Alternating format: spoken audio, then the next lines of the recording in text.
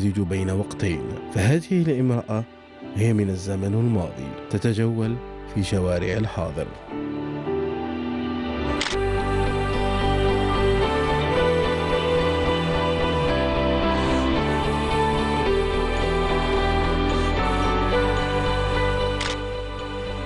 زياني كرارسي سمير مصورها.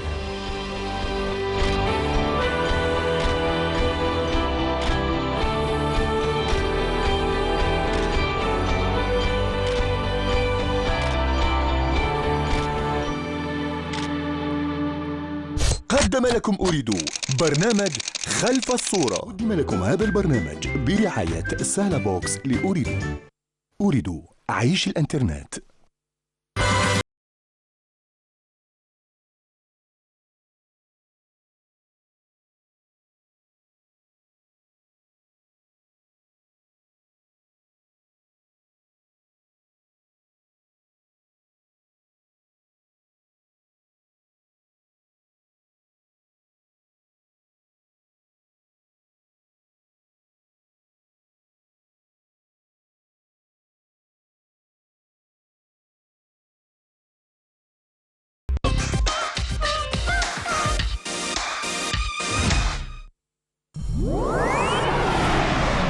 الديوان الوطني لحقوق المؤلف والحقوق المجاورة لدعم الفن والإبداع. يقدم لكم هذا البرنامج برعاية كيا الجزائر.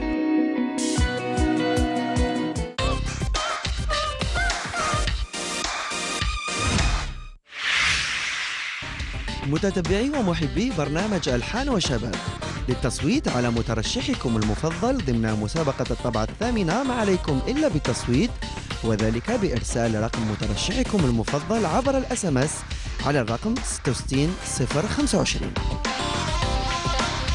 المترشح رقم 1 سمير. المترشح رقم 2 بلال. المترشح رقم 3 نسيمة.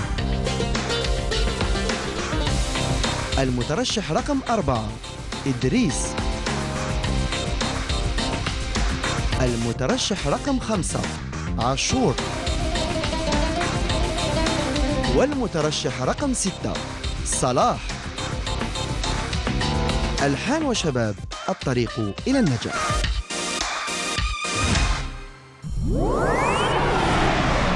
الديوان الوطني لحقوق المؤلف والحقوق المجاورة لدعم الفن والإبداع. قدم لكم هذا البرنامج برعاية كيا الجزائر.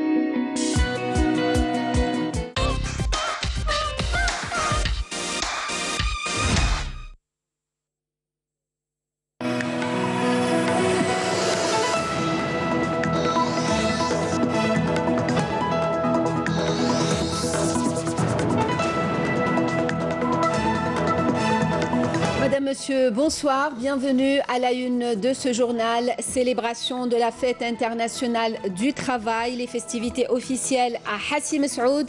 Dans un message à cette occasion, le président de la République salue les luttes des travailleurs algériens à travers l'histoire du pays et réaffirme l'attachement de l'État aux principes de la politique sociale.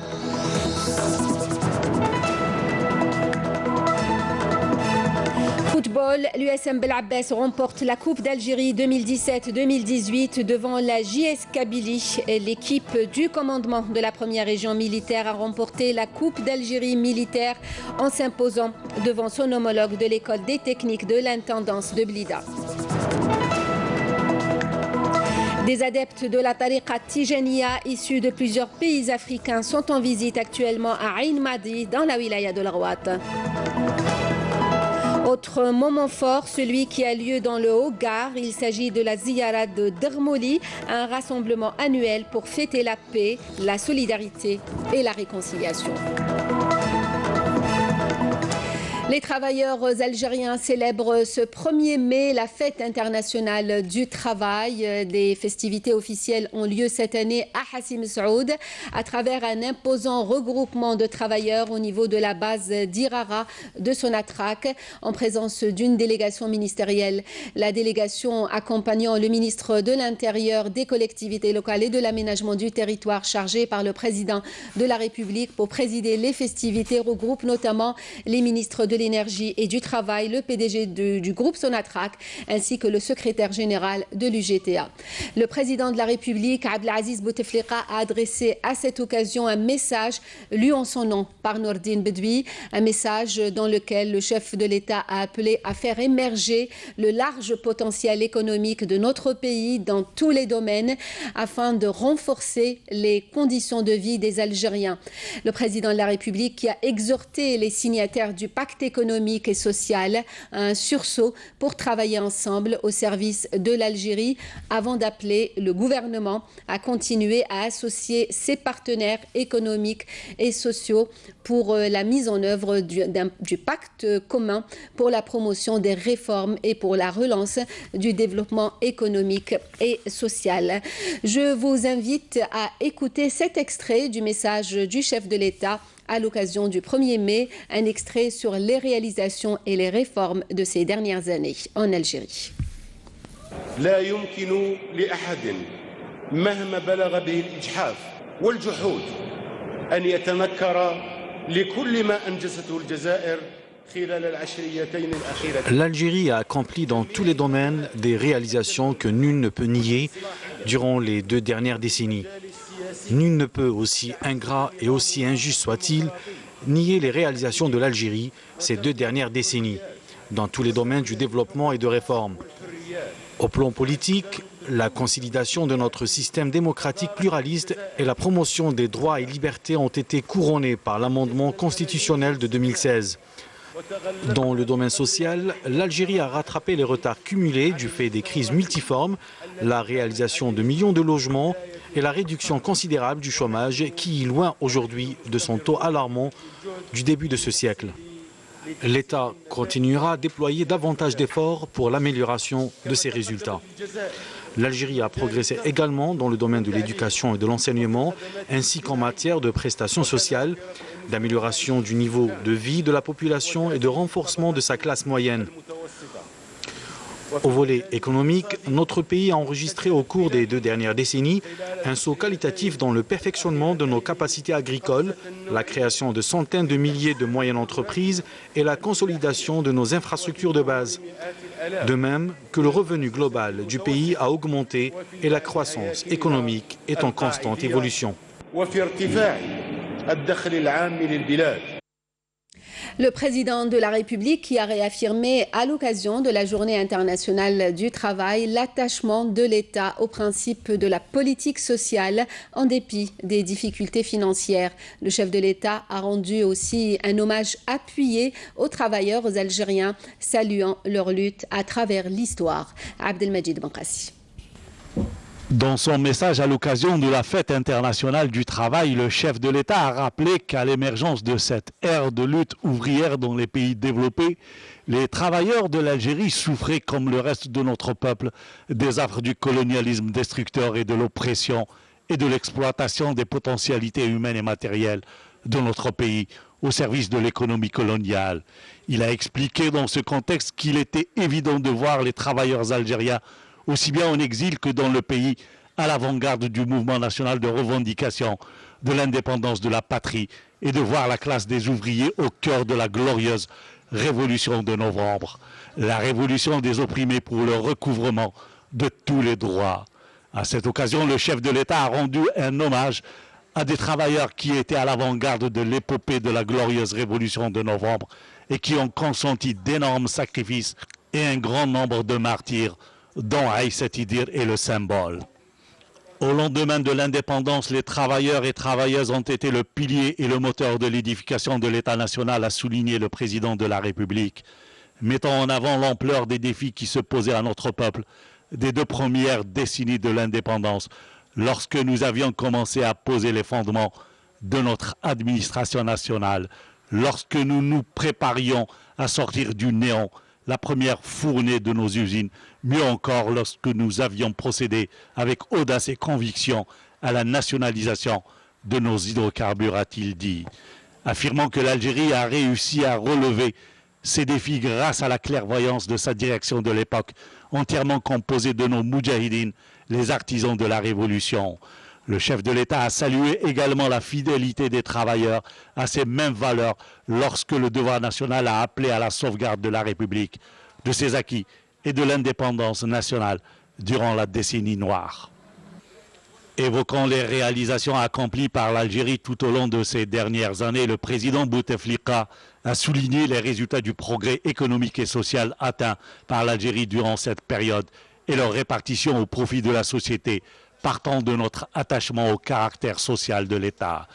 Outre la création de postes d'emploi et l'amélioration des conditions de vie en matière de logement, d'enseignement et de prise en charge sanitaire, le chef de l'État a rappelé le grand soutien au prix d'un nombre important de besoins de première nécessité et des prestations sociales, précisant que ce soutien représentant dans ses différentes formes plus de 30 milliards de dollars annuellement. En dépit de ces difficultés, l'État poursuit la dépense dans les domaines social et culturels, la réalisation des infrastructures de base et des logements et l'encouragement de l'investissement par des avantages importants aux dépens du Trésor public, a indiqué le président de la République. Se félicitant des potentialités économiques du pays qui requièrent de nous davantage de réformes, de rationalisation de nos méthodes et de mobilisation de nos capacités, a-t-il déclaré. Les difficultés financières actuelles de l'État sont un facteur incitant à davantage de bonne gouvernance et de rationalisation des dépenses publiques. Et j'y veillerai personnellement, a-t-il assuré. À ce propos, le président de la République a appelé à faire émerger le large potentiel économique de notre pays dans tous les domaines, afin de renforcer les conditions de vie de notre peuple, donner à notre pays le droit aux échanges économiques internationaux et réduire la dépendance de l'Algérie aux hydrocarbures. Je saisis l'occasion pour m'incliner à la mémoire des martyrs du devoir national durant la tragédie nationale et leur résistance pour que l'Algérie demeure debout, a-t-il poursuivi, rappelant que le Shahid Abdelhak Ben Hamouda est l'un des grands symboles de ces valeurs nationalistes qui ont sacrifié leur vie pour l'Algérie. La célébration cette année des festivités officielles du 1er mai à Hassi Messoud revêt une forte symbolique telle que la place de choix qu'occupe le Grand Sud dans le développement des potentialités du pays. Développer l'économie nationale et réduire la facture des importations en filigrane de toutes les interventions aujourd'hui. Nakhla Al-Arbi.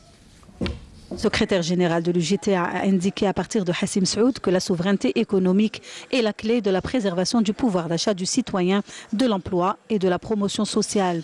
Ajoutant que le développement de l'économie nationale et l'amélioration de la qualité de la production nationale sont la condition sine qua non pour conquérir les marchés internationaux et réduire la facture des importations. Soit un 1er mai de la préservation, de la défense des institutions de la République. خاطر تروح لا ريبوبليك نروح كي نحافظوا على المكاسب كيما هذو، نحافظوا على الشعب، نحافظوا على العائله تاعنا، نحافظوا على الاولاد تاعنا. انا نطلب كل العمال والعاملات ان يحطوا في المقدمه دفاع الجمهوريه، دفاع المؤسسات الجمهوريه. De son côté, le président du Forum des chefs d'entreprise a souligné que l'Algérie est en mesure de concrétiser son indépendance économique à moyen terme. La sagesse du président de la République, Abdelaziz Bouteflika, et sa vision clairvoyante a permis à notre pays de disposer de nombreuses infrastructures de base dans différents secteurs. Toutes ces importantes réalisations constituent le socle pour une économie nationale diversifiée et un développement durable, mais également parce que notre pays recèle de grandes potentialités, notamment les ressources naturelles, agricoles, touristiques, industrielles et énergétiques. Les travailleurs des wilayas du Sud, notamment ceux du secteur pétrolier, ont par ailleurs élaboré une motion dans laquelle ils valorisent les importantes réalisations enregistrées dans le domaine économique, dont la décision courageuse d'anticiper le remboursement de la dette extérieure du pays. Ils ont également salué d'autres acquis tels que la loi sur la réconciliation nationale ayant permis de restaurer la paix et la sécurité nationale ainsi que la constitutionnalisation de Tamazirt. L'événement était sportif aussi ce 1er mai avec les finales de la Coupe d'Algérie de football qui ont eu lieu au stade du 5 juillet à Alger. L'USM Belabbès a remporté la Coupe d'Algérie en battant la JS Kabylie par 2-1. Le Premier ministre Ahmed Ouyahia a remis la coupe au capitaine de l'USM Belabbès, Fares Ben Abdelrahman. Le Premier ministre qui a également remis des médailles aux arbitres ainsi qu'aux joueurs et staff techniques et administratifs des deux clubs. L'USM Belabbès s'est donc adjugé la 54e édition de la Coupe d'Algérie de football en battant la JS Kabylie par 2-1. En finale disputée aujourd'hui, les buts de la rencontre ont été inscrits par Belahouel à la 2e et 48e minute pour l'USM Belabbès. Ben Algia a inscrit le seul but des Canaries à la 56e minute de la rencontre. L'USM Belabbès succède ainsi au CR Belouizdad au palmarès de cette épreuve en remportant son 2e trophée après celui de 1991.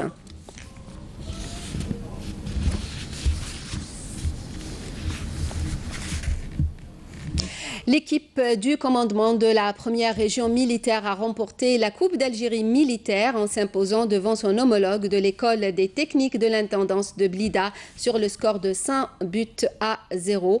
Le Premier ministre Ahmed Ouyahia et le général de corps d'armée Ahmed Gaïd Salah, vice-ministre de la Défense nationale, chef d'état-major de l'ANP, ont remis le trophée au capitaine de l'équipe de la première région militaire, Brahim Saïd. Des médailles remises aussi aux arbitres ainsi qu'aux joueurs et staff techniques et administratifs des deux équipes. Outre la Coupe d'Algérie militaire, la première région militaire a réussi également à remporter le championnat national, s'adjugeant ainsi le doublé de la saison. Et avant le début des finales, le Premier ministre Ahmed Ouyahia a remis au nom du président de la République Abdelaziz Bouteflika des récompenses financières aux deux finalistes de la Coupe d'Algérie 2017-2018 de football, la JS Kabylie et l'USM Belabbès. Deux chèques d'un montant de 5 milliards de centimes chacun ont été remis au directeur général de l'USM Belabbès et au président de la JS Kabylie. Le Premier ministre a également remis un chèque dont le montant n'a pas été révélé au chef de service des sports militaires au ministère de la Défense nationale. Était présent à cette cérémonie de remise de récompense le président du Conseil de la Nation, Abdelkader Ben Salah, le vice-ministre de la Défense nationale, chef d'état-major de l'armée nationale populaire, le général de corps d'armée, Ahmed Gaïd Salah et d'autres membres du gouvernement. Les walis de Sidi Belabbès et de Tizi Ouzou ainsi que le président de la FAF ont remis à leur tour des cadeaux au président de la République Abdelaziz Bouteflika et au Premier ministre Ahmed Ouyahia.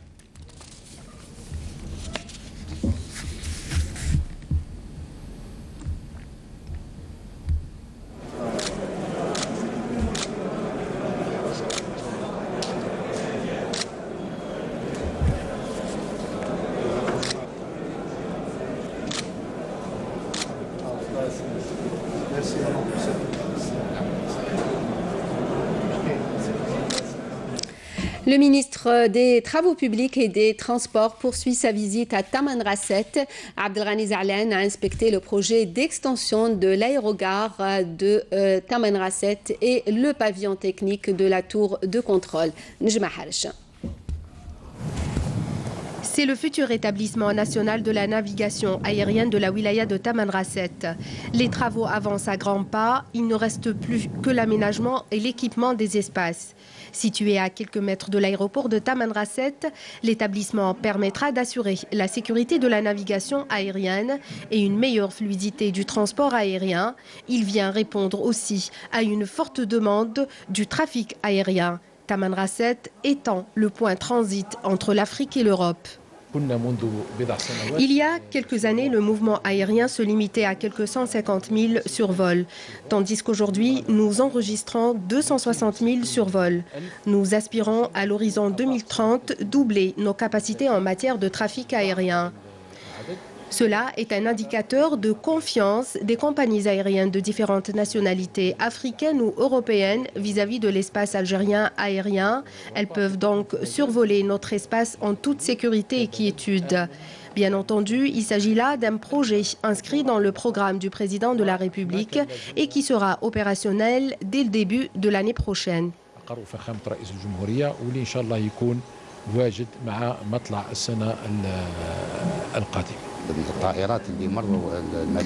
Les avions qui traversent l'espace aérien algérien en provenance du continent européen ou africain doivent faire ici une escale technique pour s'alimenter en kérosène, ce qui permettra d'accroître l'activité commerciale et générer bien évidemment des richesses. Tamanrasset, une wilaya en plein développement, enregistre également un ambitieux programme de réalisation et d'aménagement des routes, à l'exemple de ce tronçon routier Idles-Janet de 100 km. En dépit du budget colossal alloué à ces projets, les délais de réalisation ne sont pas respectés, d'autres insuffisances sont enregistrées. L'entrepreneur connaît pertinemment les conditions de travail. Personne ne l'a obligé à venir investir ici. Il y a certes des problèmes d'éloignement, des agrégats, des difficultés aussi en matière de ressources hydriques et autres. Mais les encadreurs sont présents, les laboratoires aussi, pour l'accompagner. Il est directeur de son entreprise, il doit assumer pleinement ses responsabilités. La visite du ministre à Tamanrasset s'achève par une séance de travail avec tous les responsables et les intervenants du secteur. À l'ordre du jour, les problèmes techniques, le non-respect des contrats et des engagements des entrepreneurs, du suivi et surtout des délais de livraison. La ministre de la Poste, des Télécommunications, des Technologies et du Numérique était-elle dans la wilaya d'El Oued où elle a mis en service le tronçon d'El Mghayr du réseau de fibre optique. Yasmine Chouir. La ministre de la Poste, des Télécommunications, des Technologies et du Numérique, Iman Houda Faraoun, a profité de sa visite dans la wilaya d'El Oued pour établir un cadre de travail concernant le réseau de fibre optique traversant la wilaya déléguée d'El Mghayr et qui s'étend sur une distance de plus de 128 km.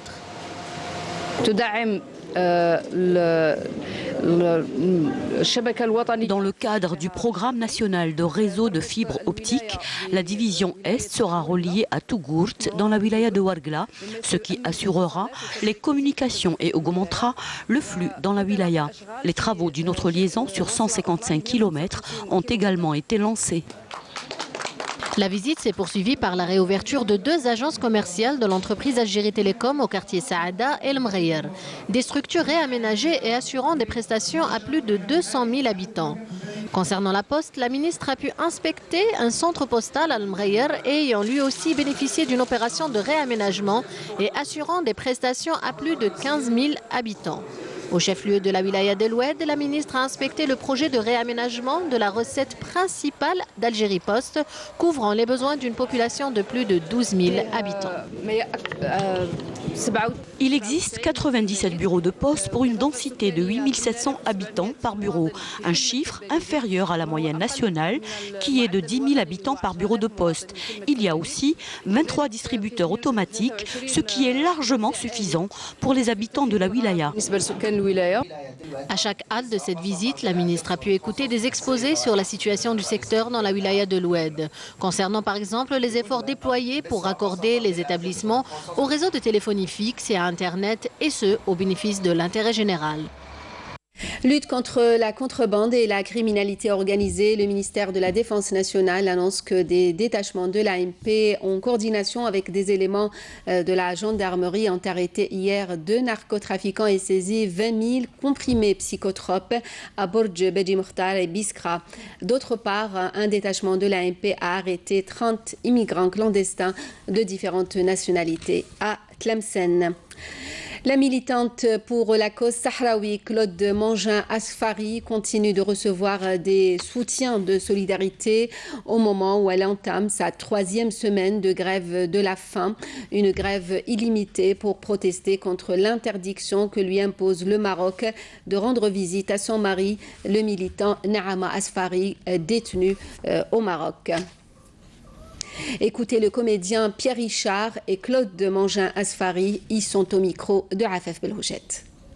Ce serait anormal que je ne vienne pas rendre visite à Claude parce que je suis absolument admiratif de son courage. Moi qui suis un gourmand, je ne me vois pas arrêter de manger pendant 14 jours. Faut-il donc avoir une vraie raison et un vrai objectif pour le faire? Il faut des certitudes, c'est ce qu'elle a à l'égard évidemment de la cause sahraoui, mais et plus précisément de son mari, son époux, dont on lui empêche qu'on lui empêche de voir. Enfin, c'est pour ça d'ailleurs que j'étais assez touché, pas assez, même touché. J'aimerais bien que tout le monde le soit. Il y a quelque chose, c'est même pas politique ce que je dis, c'est qu'on peut pas refuser à une femme de voir son mari. Même Al Capone avait le droit d'aller voir aller voir sa femme. Et là, c'est une très très belle cause. Et voilà que Naïma ne peut même pas voir sa femme. Moi, c'est pour ça, c'est ça qui m'indigne. Je suis suivie tous les jours par un médecin et hier, tous les fondamentaux sont en baisse, c'est-à-dire la température. D'ailleurs, j'ai très froid aux mains. J'ai moins de 37, le poids, bien entendu, la tension, le rythme cardiaque. Et donc voilà, donc c'est bien que cette arme non violente qu'est la grève de la faim, l'arme de la dernière chance, eh bien, elle commence à porter ses fruits. Donc c'est vrai que c'est une nouvelle expérience, mais cette expérience, je la mets au service de l'objectif premier, c'est-à-dire aller revoir mon mari, c'est-à-dire obtenir le droit de remettre les pieds au Maroc, qui m'est donc interdit depuis 22 mois aujourd'hui, puisqu'on démarre le mois de mai. Ce 1er mai, jour porte-bonheur, j'espère qu'il va porter bonheur à tout le monde, m'autoriser à repartir au Maroc. Le peuple sahraoui est optimiste depuis 44 ans, et depuis 27 ans, puisqu'il attend le référendum, de manière pacifique. Et je dois dire qu'il faut répéter toujours que c'est peut-être le seul peuple en lutte sur la surface de la Terre qui n'a jamais utilisé autre chose que la voie pacifique depuis 27 ans maintenant. C'est même pas politique ce que je dis, c'est qu'on... Des adeptes de la tariqa Tijaniya issus de plusieurs pays africains sont en visite actuellement à Ain Madi dans la wilaya de l'Rouat. Cette visite est vécue comme un grand moment de paix et de fraternité. Amélie Séridir. Ils se sont tous réunis à Ain Madi. Plus de 300 fidèles venus du Sénégal, de la Gambie, du Niger, de la Mauritanie et de Guinée effectuent la ziara annuelle de la terre qui a vu naître et grandir Cheikh Sid Ahmed Tijani. Une façon de raffermir les liens de fraternité entre adeptes de la tariqa Tijaniya à travers les pays de l'Afrique. La tariqa Tijaniya a une importance cruciale en Afrique subsaharienne. C'est un vecteur de cimentation sociale. Et aujourd'hui, nous sommes heureux d'être ici, sur la conduite de Chérif Abdul Moutalib Tijani, petit-fils de Cheikh Ahmed Tijani. Alhamdulillah, on est là et on en profite pour faire les ziyaras, on en profite pour profiter d'un maximum pour avoir des bénédictions d'Allah, de Rasulullah, mais aussi de Cheikh Ahmed Tijani Chérif. On souhaite que une telle visite dure le plus longtemps possible pour que le maximum de Sénégalais musulmans, en particulier les Tijanes, aient l'occasion de venir ici voir ce qu'il y a de sacré dans la tariqa Tijane.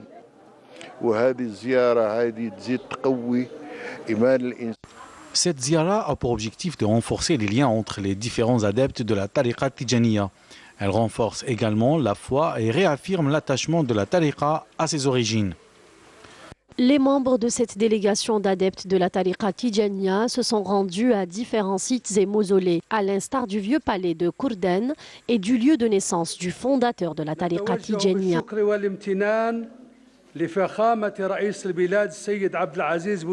Nous tenons à remercier son Excellence le Président de la République, M. Abdelaziz Bouteflika. pour ses efforts afin de raffermir les liens entre l'Algérie et différents pays africains et de rapprocher les peuples grâce notamment à la Tariqa Tijaniya, que Dieu prête vie à notre président. Une semaine durant, les adeptes de la Tariqa Tijaniya auront à visiter les différentes zawiyas et sites historiques, notamment la région de Boussemroun à El Biyad, berceau de la Tariqa Tijaniya. Autre moment fort, celui qui a eu lieu il y a quelques jours dans le Hogar. Il s'agit de la Ziyara de Darmouli, une fête sociale et spirituelle, l'une des plus importantes dans l'extrême sud algérien. Un rassemblement pour fêter la paix, la solidarité et la réconciliation. Tout un patrimoine que nous découvrons dans ce reportage de Naïma Chekchek. Le village d'Armouli, 55 km au nord-ouest de Tamanrasset, est en fête. C'est la grande ziara annuelle de Darmouli qui se déroule toujours à la fin de la saison touristique dans le Hogar. Une ziara qui célèbre le saint patron des lieux, Moulay Abdallah, venu en 1906 d'Aoulef dans la région d'Adrar pour s'établir ici, se familiariser aux tribus du Hogar et répandre la bonne parole religieuse. Chaque année, il rassemble toutes les tribus. Enfin, ici, il y a des problèmes. Il les règle.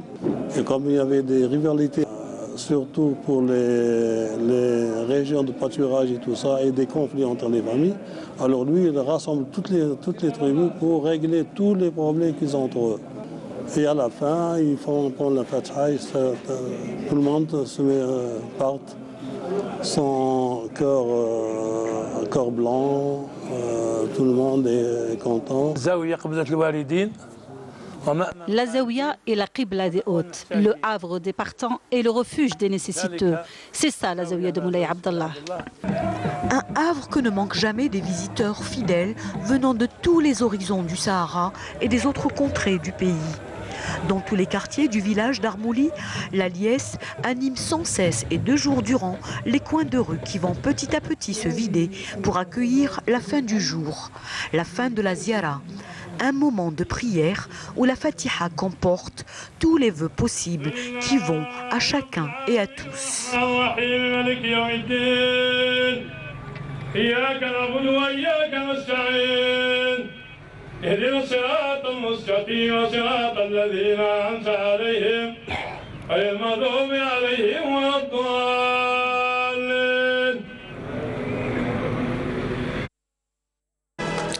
Fin de ce journal, le rappel des principaux titres.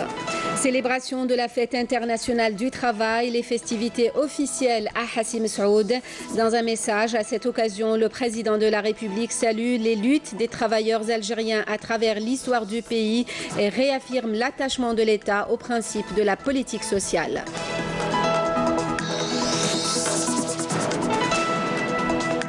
Football, l'USM Belabbès remporte la Coupe d'Algérie 2017-2018 devant la JS Kabylie.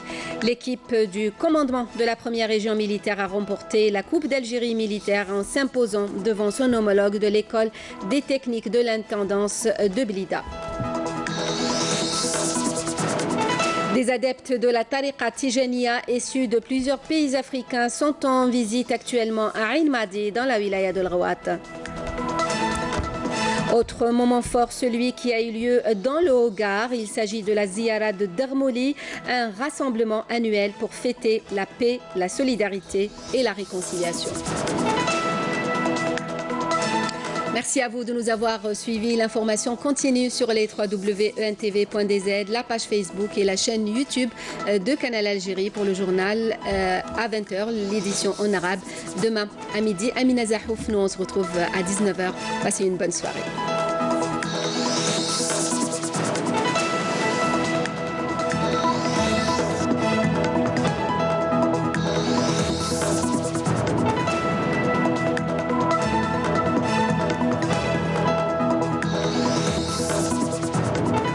مع خدمة حسنات